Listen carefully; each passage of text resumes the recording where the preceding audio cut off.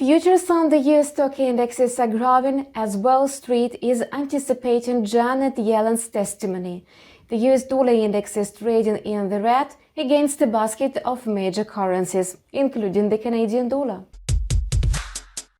Today, the Dow Jones gained 0.69%, the Nasdaq climbed 0.98%, and the S&P 500 rose 0.7%.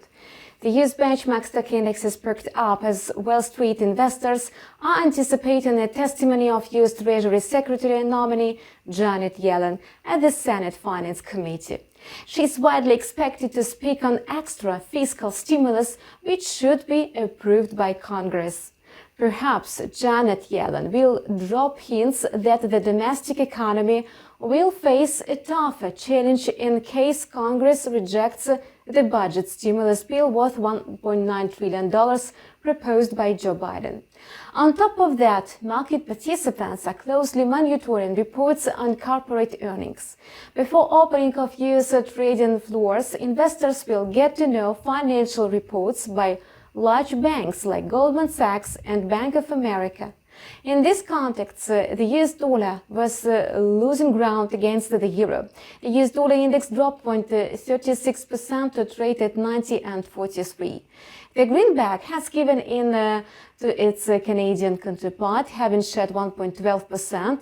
The USD cut pay is trading at near 1.2731. Foreign financial experts share the bearish outlook for the US dollar.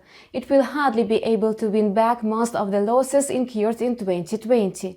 Violent clashes in Washington as well as bleak prospects of the global economic recovery made a positive impact on the US currency.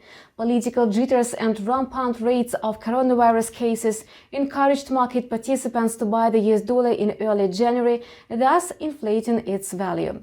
When it comes in long-term prospects, most experts say that the US dollar is doomed for weakness as Joe Biden proposed a coronavirus relief package of $1.9 trillion.